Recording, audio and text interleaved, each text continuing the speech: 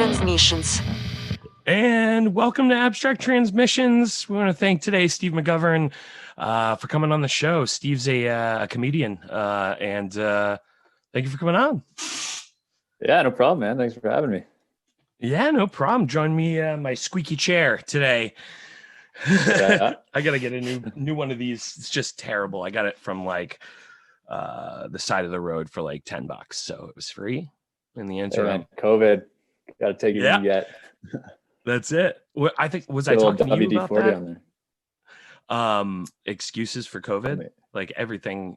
COVID's a solid excuse. Oh yeah, yeah, absolutely, man. Yeah, you don't have to do anything ever again. That's it. Yeah, I mean, right down to the cannabis and everything. Fucking, it's a free for all. People are just like, yep, COVID. absolutely. I was gonna go in, but COVID. Yeah, that's right. And then you actually get it and you're like, oh shit, this is for real. Right, yeah, exactly.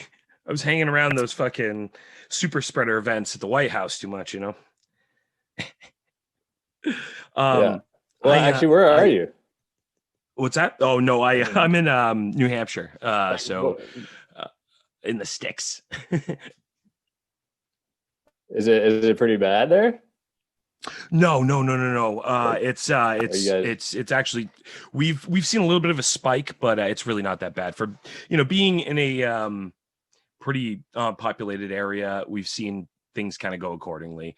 Not much of a jump until just recently, and then there's definitely been a spike as of recent, but not like the rest of the country, which is right pretty heavy from it. So. There you go. Well, I'm sure it's coming. What about in your area? There you go. Enjoy. Yeah, I know. Right? No, enjoy it while it lasts. Something to look forward good. to. I'm still. Yeah, man. Absolutely.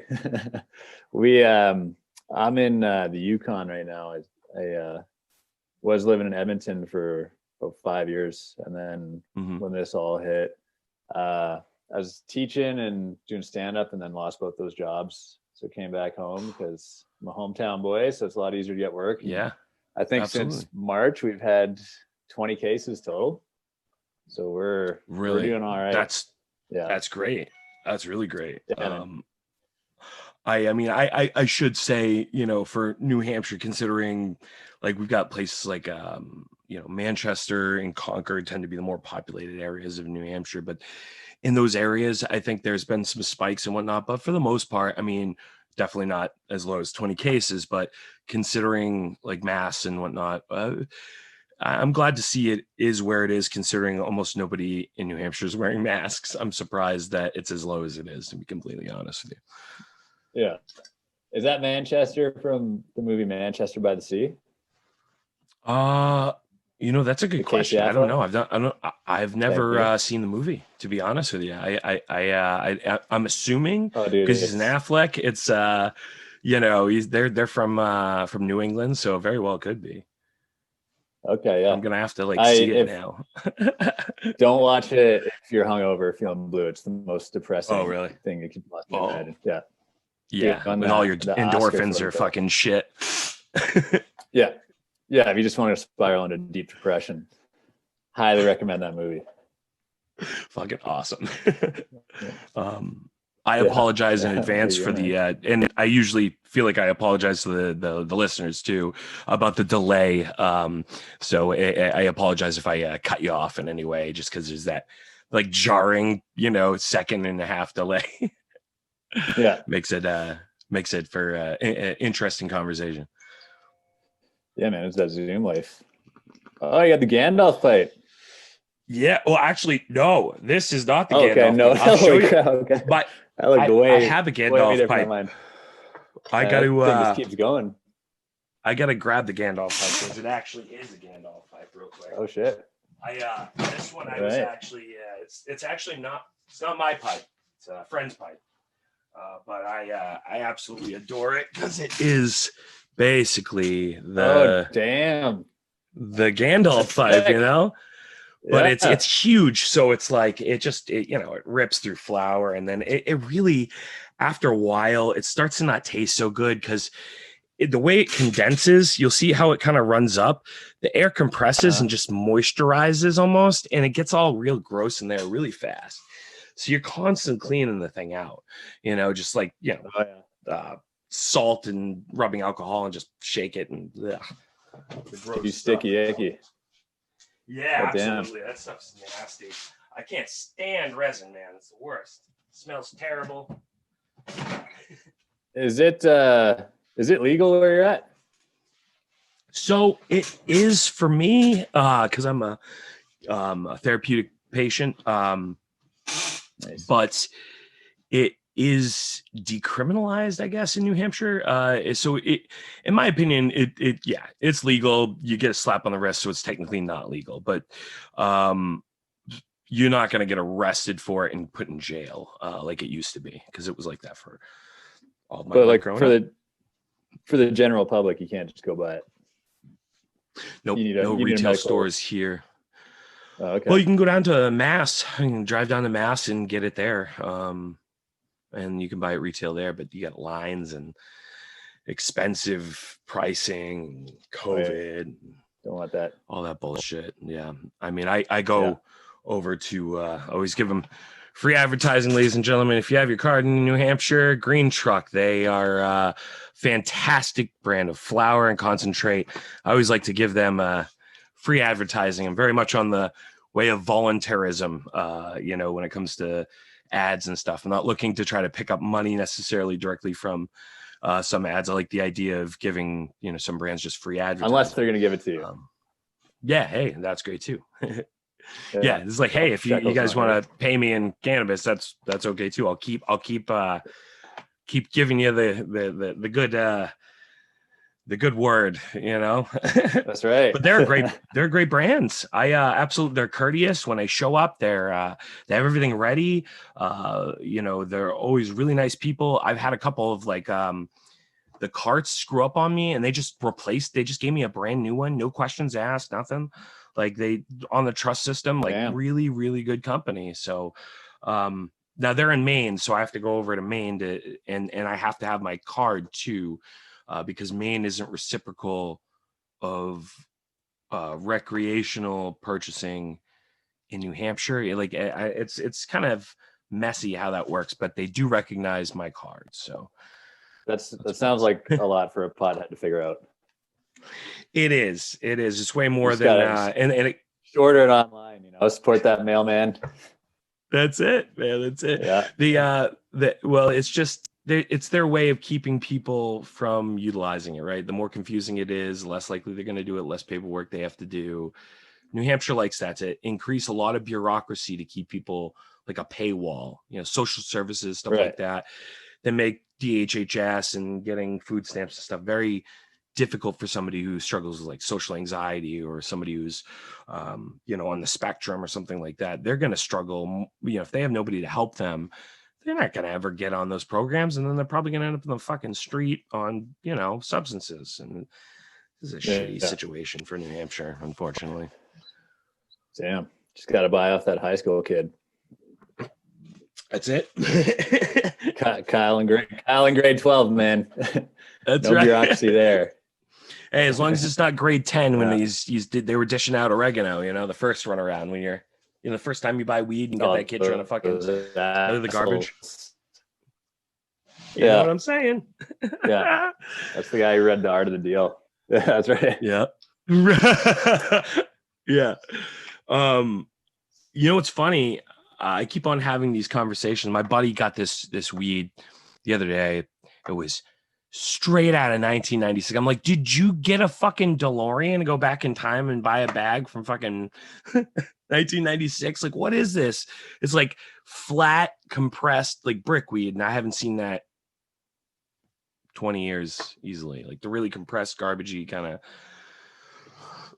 Oh, shit. I don't know if you know what I'm talking about. I'm not a huge weed guy. I'm doing sober November right now, which I don't know anybody. I don't feel any it's better, terrible, and I'm just missing out on all the fun. But my wallet's liking it. But so I this is usually the only time of year I smoke weed. It's like once a year, so I don't know much about the brick or anything. All I know is that nowadays weed is insane. Like the scientists they got working on this shit now that is legal. For sure. It's like, what the hell, man? It's awesome. Like, I take 2 puffs. About fucking time. I'm floored. Yeah. Yeah, for sure. All these doctors are gonna cure cancer, and then they make weed legal. They're like, nah, fuck that. Just get people high. Well, if I remember, because I haven't remembered, and I actually have to go back and listen to the last couple of podcasts to make sure I figure out what link I should have put in the comments. The last 2 episodes. I'm going to put a link down in the comments or the about or whatever the fuck it is. I don't know. We're new to YouTube. So okay, cool. We're still adapting to the whole YouTube thing, being video and all this. I'll try to put a link in below, but the American Cancer Institute, or no, the American Cancer Society, but I don't know, either one, the main, basically the website that everybody goes to in reference to cancer to find out information or, current studies, any of that stuff. There are multiple studies on there to actually show, which used to be considered quack science, right? Rick Simpson back in the, he's a Canadian, so you might be familiar with Rick Simpson. He made RSO oil back in the late 80s, early 90s. Are you familiar with him at all? No. It's the Rick Simpson. I don't know. No. Don't know all Canadians. He's actually kind of obscure. So unless you're like big into pot or hemp or anything, you probably wouldn't know him either. I my assumptiveness, but he was really driven on this whole concept that that cannabis oil could cure cancer, and people were like, you're fucking crazy. It may have some really great effects and all these different things, but there's no science to back that. There's no metrics. There's nothing that reinforces your claim. And he swore up and down there was, and now it's so crazy. He's dead now. He's been dead for 20 years, and now the American Cancer Society is admitting that cannabis, CBD oil, and THC shrinks cancer growth in human trials and mice trials, all that stuff, and that it was his oil specifically that has the most impact. Oh wow! Yeah, I thought you were gonna say like he's dead now, and turns out he was wrong. It did not work at all. It did not work at all. He tried it, and they just. Yeah, he was a cool guy. He's a nice guy, but he pulled the flat Earth scientist thing. He rode the rocket to his death. Yeah, absolutely. But yeah, I just thought it was so unique that he he dies, and then years later they find out. Turns out he was right. Yeah, fuck it. Shit. We'll take credit. yeah, no doubt. Scrub him from the Wikipedia page. Right. All right, we'll put somebody else in there. Somebody a little bit more, hip to the culture nowadays. You know what's funny is we were just talking about somebody really riding something to his death. I was talking about the flat Earth science guy there. Did you ever see that about the guy that made the rocket? Almost kill himself on the rocket trying to prove that the Earth was flat, and almost dies. Survives that. Okay, survives that fucking. And then is convinced to do it again. Of course. Finally does successfully get high enough that it basically, his theory that he thought was going to happen, he's going to launch up so far in the atmosphere. And if he's right, his calculations are correct, because he was a scientist. He knew physics to an extent, but he wasn't, he's not Neil deGrasse Tyson or anything like that. Like, he doesn't really, I guess, know enough to get himself out of orbit because it's not flat. So his math was all wrong. Second time around, he goes up and his math was wrong. He got out. Everything went to plan, right? But his math was wrong. So he fell to his death. So the second time around, he died. Wait, are you blaming math? On the news? You're blaming math? Like, all these nerds out here are like, hey, don't bring math into this, okay? No. It's not math's fault. It's his math specifically. He gauged it in a what's it called, a flat Earth probability framework instead of a spherical Earth probability framework. So his math was wrong just because fucking the Earth is round. Oh, so if the Earth was flat, then his math would have It been would have right. worked. Oh, Right. that's beautiful justice right there. It is. Man, round. And that's That's what a I big thought. win for round Darwin. earthers right there. Yeah, fucking right. Kyrie Irving was probably pissed.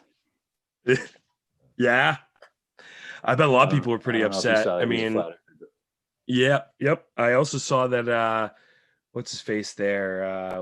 This guy, he's on Joe Rogan all the time. He was a flat earther. I'm like, what? He's like some MMA guy. I'm just like, really? You seem like such a logical guy. Yeah, he seems like a pretty logical guy. But then I saw him with Alex Jones, and I'm like, oh,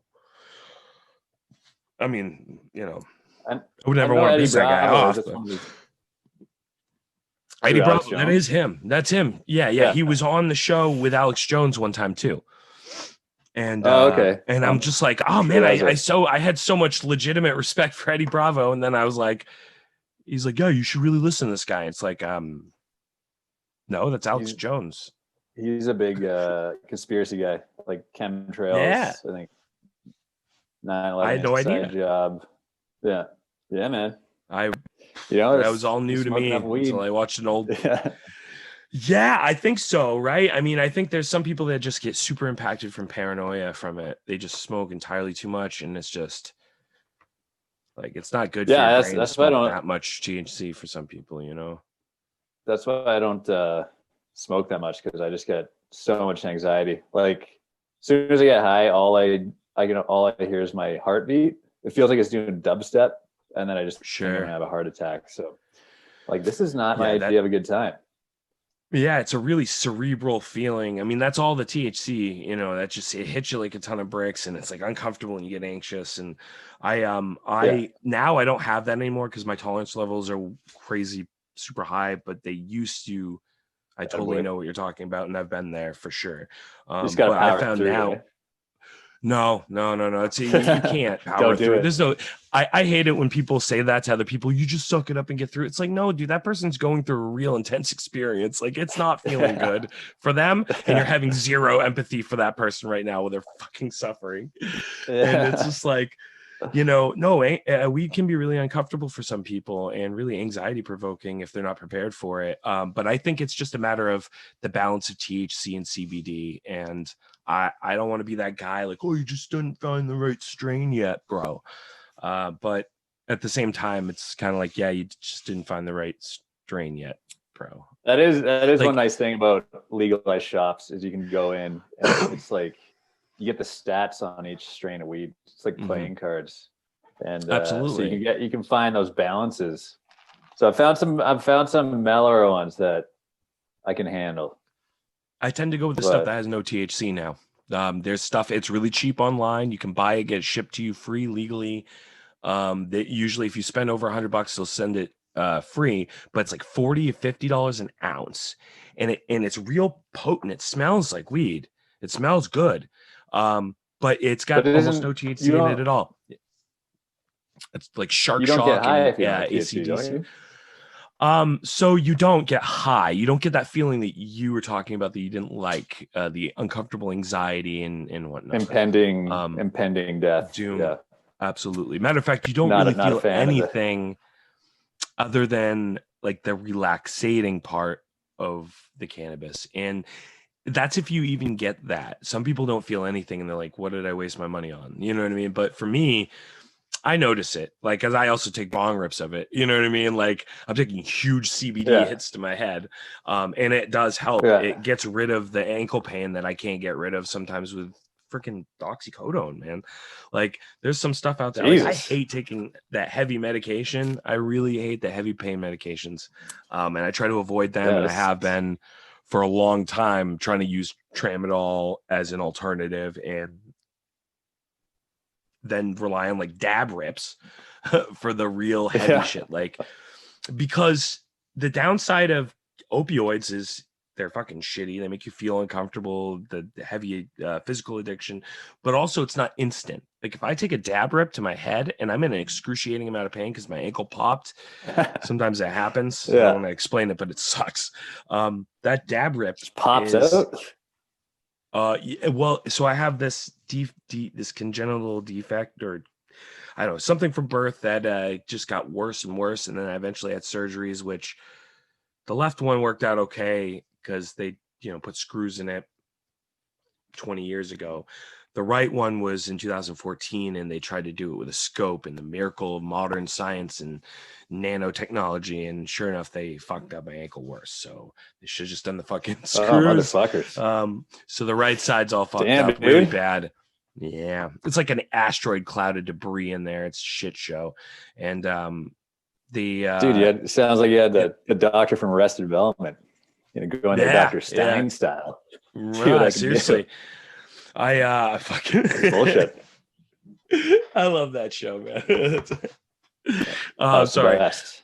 What was that? I do this to myself all. This is why we call it abstract transmissions, right here, ladies and gentlemen. I go on a tangent and I forget where I was at.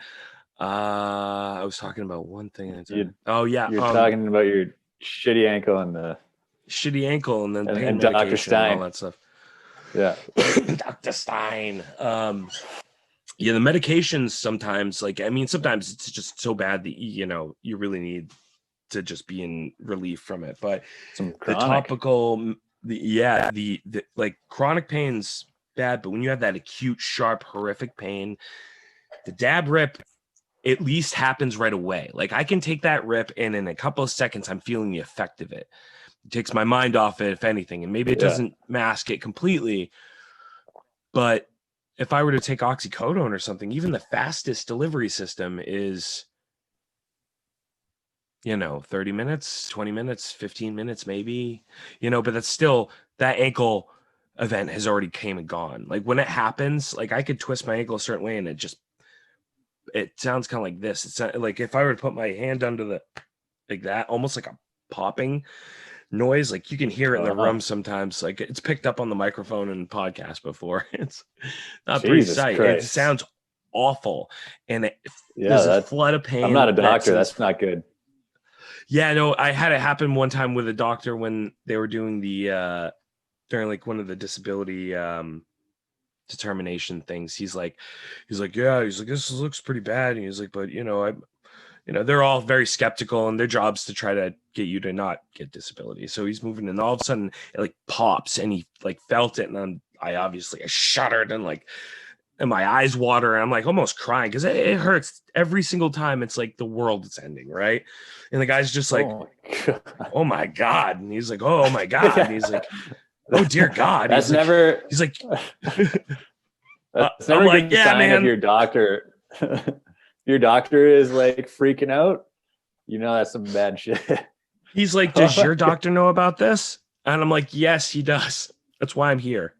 Because he was the determination guy that the government puts in the position to just check me out as a second opinion, right? To make sure that I'm not gaming the system and that I genuinely can't, wheel around appliances anymore like I used to in my old job, or sell them, walk around all day and do my old job basically. Or that furthermore, that I'm not lying about my the ankle disability. And so he goes in there and he's checking all the things, and then he hears that just nasty pop, and he kind of just makes this really disgusted look on his face. He's like, okay, just kind of like get out of here. That was gross. Get out. You're disgusting. Good. Like he's like disgusted by me.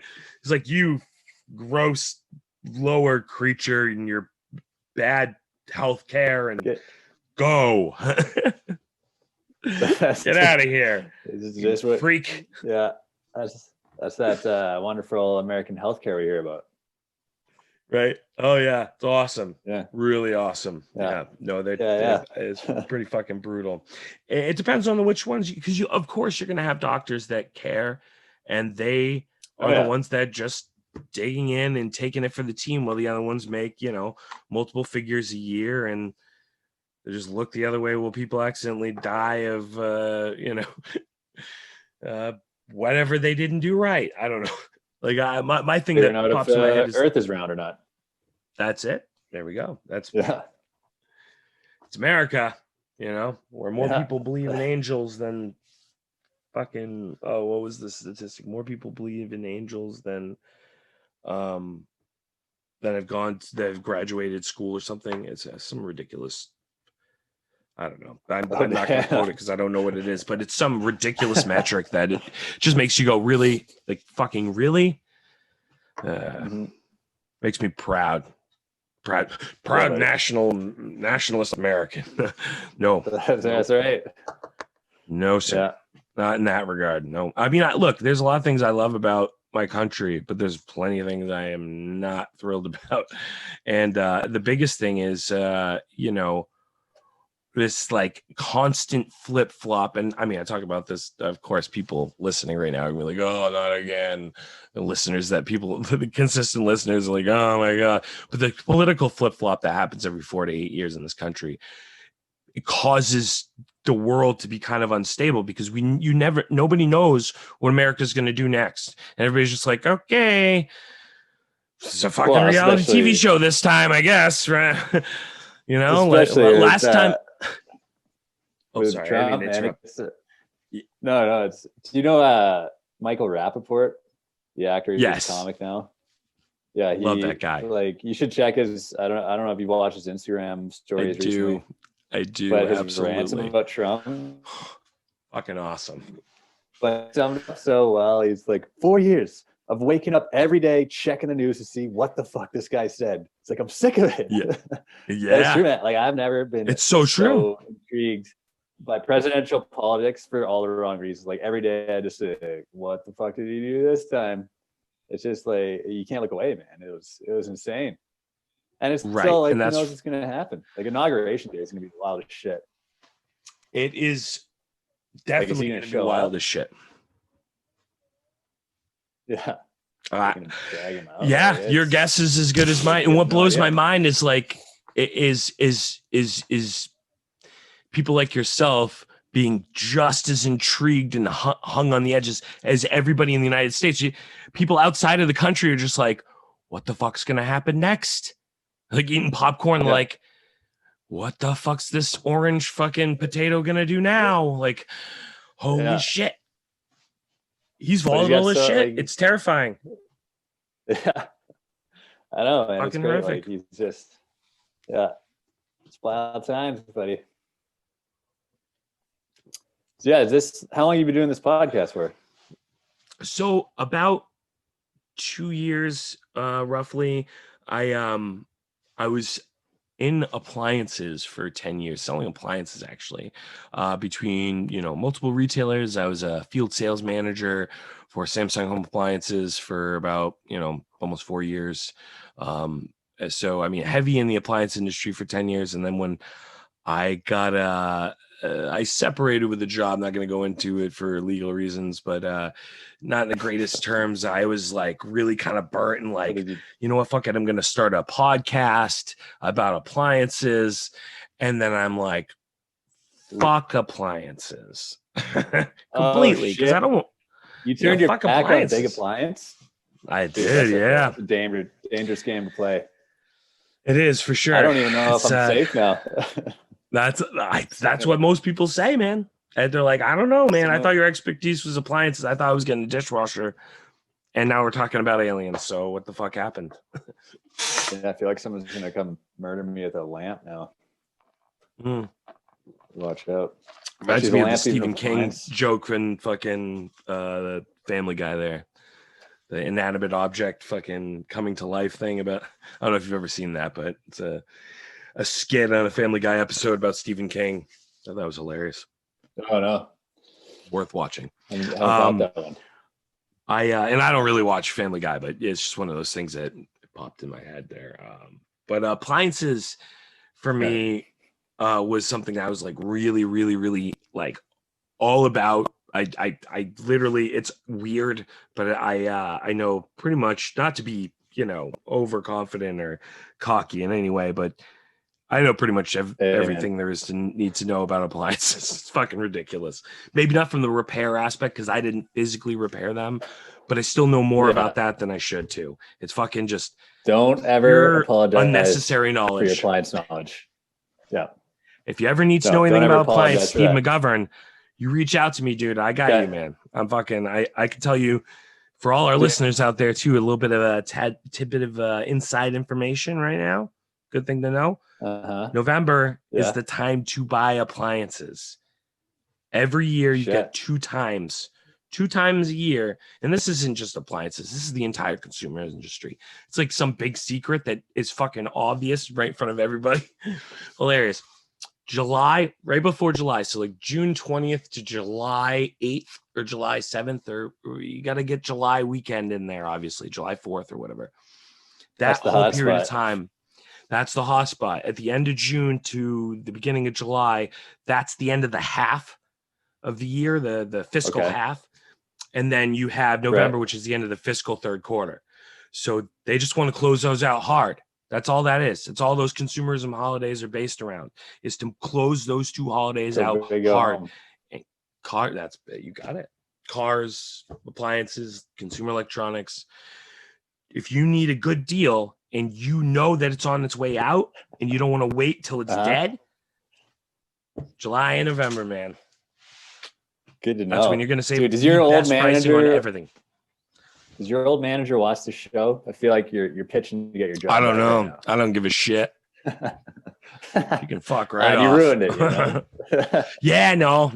She knows that I fucking would never go back to sell appliances ever again. Oh, it's a she. It's a she. Yeah, I'm not gonna name drop right now because I'm dealing with a legal thing because they fucking decided they want to can me because I fucking. Oh, you want? I had some. I'll go into it a little bit. I had some attendance issues at my last job, and the problem was, I was dealing. My wife was going through some major shit. Ultimately, passed away in July later that year after I got fired. So I was dealing with that shit with her life. Oh fuck, in our life, and it was fucking crazy, right? And then I was disabled, and it was just all this shit happened out. No, don't apologize. It all happened at once. Like I started having issues with, walking with a cane. Things were getting really rough in our life. My life was getting rocky, and the job's just kind of like, well, fucking not our problem. Suck it up. Like we all have bad situations in our life. Like, fuck off. There's supposed to be a family-owned company and this and that. So ultimately, I was struggling, and they suggested, you go get FMLA, paperwork to cover your ass because you're disabled, and you're probably going to need to take advantage of the Family Medical Leave Act to cover you up to 12 weeks or whatever. So the job actually suggests I do this. So I go start to get the process going, and then was still struggling with life to attendance, things. I was very straightforward, transparent with them. A little scrambled, so my organization wasn't there, but my numbers were solid. I was a good employee. Like, I did my job damn fucking well. Long story short, I ended up they let me go like 2 days after I put in my family medical leave paperwork. Like I had to get all the information from my doctor. My doctor's like, well, this is the paperwork you need to give to them. They're going to fill it out and send it back to me. So I sent that paperwork, then they canned me. And it was like, damn. Yeah, no, that's fucking against the law. At least in the United States, they have obviously a little bit of protection for us from the greedy capitalist system that is America. No, but I do think that, to be fair, it wasn't the person who fired me. It wasn't so much her fault as she had the pressure from a shitty manager above her that ultimately they fucking canned. So it's just like, I don't know, maybe, it could have been a mixture in a bad circumstance, but they know that they let go a good employee. And I know they do. But the thing that sucks is just fuck them. What if, the thing that fuck that whole situation. I lost my job while I was disabled in a very vulnerable part of time after I put in FMLA paperwork and they knew the shit that was going on. And then everything else that fell through. And it's just like, I feel like how many other people are in that circumstances, but what if it's cancer? What if it's, they don't have support, and it's just like, too bad. And that's what pisses me off. Yeah. The thing that sucks, what really sucks is they're probably one of for what they do. And again, not trying to drive the people who know who I'm talking about, but they actually do what they do really well. And that's what sucks is I still think that they're pretty good at what they do, and it's just an unfortunate circumstance. But above all, they're supposed to be a family-owned company. And when I was at the absolute worst circumstance in my life and losing my family, they fucking just up and abandon, Yeah, that's a shit family. Yeah, right. And that's like, well, that's how you treat your family. Fuck that noise. I'm out. I mean, I left the Samsung job for that. Basically, like I was out of the Samsung job for a while, tried the Solar City thing for a little while. I was like, fuck this. And the company ended up going under. So glad that didn't work out. They got bought out rather from Tesla. But anyway, I did that for a short amount of time and then got offered the opportunity between back in a Samsung corporate, really big job opportunity, but ton of travel. And I couldn't do that with everything that was going on with my wife. And then the other would have been, staying what I did, working at a independent appliance retailer, being close to home, a little bit more of a travel, but I at least see my kid all the time, potential is to make more money maybe, or the same at least. Sick. At least in New Hampshire, I would be traveling all the time. I hated traveling for Samsung. It was terrible, And so I stayed doing that. But then, I thought they were going to be the less cutthroat company, right? I figured Samsung would be the one to, give me the boot because, but they would have, dude, they would have been actually held. Be more cutthroat than. You're right. Yeah. Yeah. Crazy. Most of the time, that's the way it is. But in this case, they run such a high risk of being lawsuit that in that circumstance, it probably would have been more of the opposite, because they'd be like, you do whatever you need to do. Here's a bunch of legislation that covers you, and we're absolved and insurance pays us. So big corporations win, smaller companies, not so much. So I can see where that's a problem, Damn it. But yeah, no, I mean, take on a somber note, fucking, I definitely think that, my job was on its way out anyway. And unfortunately, the local appliance stuff is going to be held for a little while. Right. But automation has killed the appliance position, of selling appliances, because people don't go, Sears doesn't exist anymore. Lowe's and Home Depot. No more Sears catalog. Guys, very low knowledge people at Home Depot. I'm sorry. That's just shots fired big time. Fucking, I was their rep for a while and they were terrible.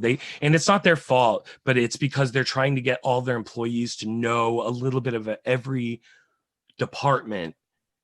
And you can't really do that when it comes to appliances. They do, but they're also supposed to know a little bit about every appliance. No, they have somebody that's in that department specifically, but that person 2 months ago was in paint, and then the person that's in paint 2 months ago was in appliances. So they shuffle everybody around, so they all become specialists of every department eventually. No, doesn't work. It's a terrible business model. Sounds like a lot of people who have general arts degree. Yeah. Just shuffling around. Little this, little that. Yeah, dude, definitely. That's a lot of shuffling paperwork that, and it's funny because you can just see they're like shuffling paperwork, scrambling, and it's just, there's nothing important on those pieces of paper. It's just pictures of dicks. Somebody drew pictures of dicks, and they don't know what to do with all these pictures of dicks. It's everywhere. Wait, in Home Depot? Dick pics in Home Depot? No, not real dick, just drawings, like infantile, chubby, chode-like drawings of dicks, and there's no actual data on any of the paper. It's just little dicks everywhere, and the guy's like dropping paper everywhere, and it's supposed to be important, but it's really not. He should just job and. That sounded like a moment in your life. Yeah, it really wasn't. But from high school. I imagined it in my head. I put it together in my head. It's like you lived it. Yeah. The guy was panicking because he didn't know what to do with all that paper. He was afraid he was going to drop one of those papers on the ground, and that would not be acceptable. That's something you want to keep in lock and key. Dick pics should always go and snapped into binders. No loose dick pics. You know, the people at Lowe's understand that shit. Yeah, Lowe's people, they put that shit in a binder. They get it. Home Depot, they have them loose, you know, stuck into their backpacks. All around, though, from a DIY standpoint, Lowe's is a better retailer. I mean, I was a rep for both, and you know, I'm not beholden to Samsung or anybody else now. I can say whatever the fuck I want about these guys. Thank God. Lowe's was a definitely better retailer to work for. Okay. I'll keep that in mind. He's like, okay, all right. Yeah. Okay. He was like, all right. Yeah. Okay. He sounds like you're passionate about it. Yeah. If I'm ever going to sell lumber or appliances, I'm going Lowe's all the way. If you, I would say, unless you got a local retailer, like a local, you know, mom and pop retailer to buy your appliances from, Lowe's is really the best place to go to. I would not spend my money at Home Depot because you got 48 hours. And if there's anything wrong past 48 hours, you're stuck with it. Lowe's doesn't do that shit. And so that's just comments Home Depot. Are just going to be, you're going to have Home Depot people coming at you. Yeah, hard. I don't give a shit. They can come at me all. They used to come at me hard as a Samsung rep. Yeah, for sure. Oh, yeah. I used to have to handle it all the time. They used to call my phone with Samsung saying, Samsung's going to have a piece on my ear. I'm like, no, I'm not even ever going to call you back. I'm just going to ignore your call. It's going to go to my voicemail for forever. And I'm never going to call you back. And you're going to continue to have Samsung problems way up in the Paducah, Kentucky, or wherever the hell you are. All because of your 48-hour window that Home fucking Paducah. It was all Home Depot, you know. They put in that 48-hour window. People are stuck. I can't believe I'm talking about appliances. Let's go to aliens. What do you think about aliens, dude? Dude, not even aliens. Let's talk about UAPs, unidentified aerial phenomena. Brought the appliance things. Wouldn't be an episode of Abstract Transmissions without appliances and aliens. I don't know. But kidding. Yeah, go. Oh, I got nothing. I got nothing on aliens. He's like, I got nothing. What about UFOs? UAPs, or whatever they're calling them. I don't know, man. I see the footage. It's always blurry. Like the same people photographing UFOs are the same people apparently taking pics of Bigfoot. So, like, can we get one high resolution pic? And then I'll look into it. Whoa! So you're not. I just blew your mind familiar there. No. I'm actually blown away that you aren't familiar with the Pentagon thing that they like. I got too much. There's too much shit to pay attention to. Holy shit, man. I'm so excited right now that you're finding out about this right now. Dude, go on your phone eventually or when you have time. And over the pandemic. Are you going to be able to handle an iPhone? Oh, you've got, I'm an iPhone guy. They hated it. I used to use my iPhone when I was on business calls for Samsung, and they. Okay, so I'll remember this for after. I'll look it up. Yeah. You can look it up now. I'd like to see a React video, dude. Well, I know it's fine. The Pentagon released. All right, so this all started back with Joe Rogan, actually. Oddly enough, not even Joe Rogan. Before Joe Rogan, fucking the guy from Blink-182. If you really want to go, but this is crazy, by the way. Travis Barker. The guy from Blink-182.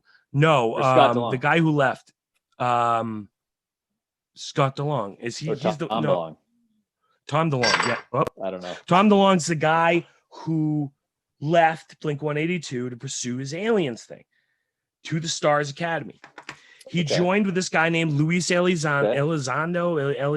I can't pronounce his name probably correctly because I'm fucking from New Hampshire. The point is that this guy was a Pentagon official.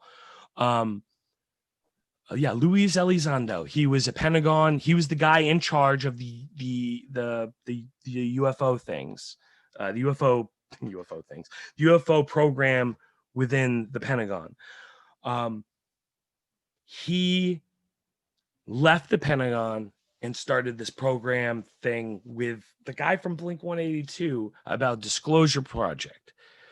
Eventually, Obama did a release, the disclosure thing that basically released all the documents saying that, the CIA, the FBI, all of them have to release disclosure to the American public.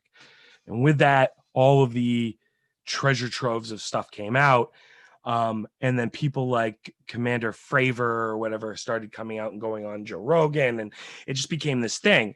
And I've always been a really, really hard skeptic my entire life. Until just recently. And I'm still a skeptic in a lot of ways, right? There's no guarantee it's aliens. There's a UFO, but that doesn't mean aliens. It could mean a lot of things.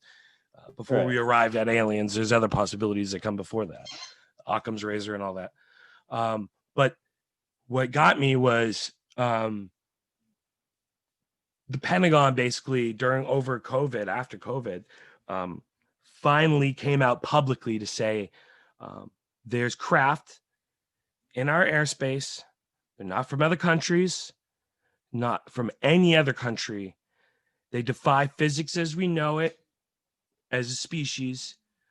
They can literally like move in it's beyond anything that we know. And literally Marco Rubio was even talking about it like 2 weeks ago or whatever. That it's a real possible threat, and there's a lot of money going into. And this is why Space Force became a thing. You remember? You heard about Space Force? Yeah, Donald Trump Space Force. Fucking crazy Space Force. Is that what you're talking about? Yeah. My opinion. Yeah, that. My opinion. That's his response to the aliens thing, right? I think that he's such a child, right? That they're like, no, you can't. You got to keep your mouth shut. And he's like, I want to say something. He like can't contain himself, right? So they're like, okay, you can have Space Force. We'll give you that. Yeah, very creative name. Sounds like a 1980s cartoon. Yeah, Space Force. Did you see any of the cheesy YouTube videos with Space Force of the 80s, like thing? No. Oh, I'm gonna send this to you, man. You're gonna like this. I gotta write that down because I'll forget. I'll check it out. Yeah, I'm gonna put this for our listeners too, because I think there's far too many people that aren't aware that this is something that, and this is what's bothering me so much about the alien thing and why I brought this up, is not. I expected you to know kind of what I was talking about, alluding to, because a lot of people are, but at the same time, a lot of people, everybody knows about it, and everybody's just kind of like, yeah, they're crafts. Everybody's recognizing that they defied the laws of physics. They're moving, from one point to another point, like blinking into existence. Okay, that type of stuff on their radars, literally, and they have all the data to support it. And in none of the videos are that convincing, right? So that's where they lose me a little bit. But that's what because I'm saying. There's never a clear shot. Yeah, it's very convenient. We don't. It is and it isn't, right? Because it is for us. We like looking at high definition cameras because we don't look at things in radar or infrared all day. They do. So to them, that tells more than any high definition picture that we've got. So to us, I mean, from our perspective, sure, it's going to be less to us, but to them, it and this is an assumption, could mean more. They could be reading more from that picture and data than we get from just looking at a physical picture. When you say they, are you talking about U.S. government, the aliens, or the government? No, U.S. government analyzing these videos or whatever. So there's this major Tic Tac event. That's what we're going to call it. Major Tic Tac event. Huh. This giant I'll check it out. Ship. This giant ship came out of the water. Check it out. Commander Fravor. So we'll leave on that. I just, it's always important that I really emphasize this, because it's not something that I feel very strongly about aliens existing necessarily. But this is something that everybody in the world should be paying attention to, and nobody should be glossing over, because this could be major implications for all of human history. So on that note, Steve McGovern, I really can't thank you enough for coming on and talking to us today about aliens and nonsense and appliances. Man. Now I know when to buy my appliances.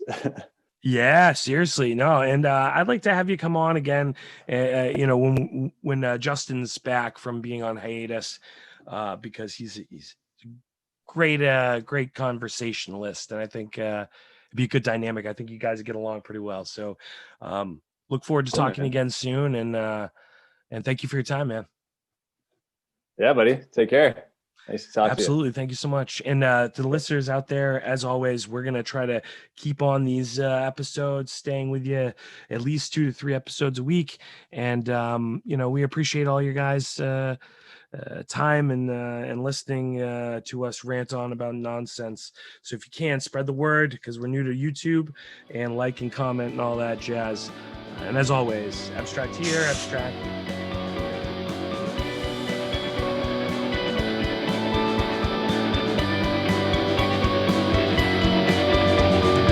Abstract Transmissions.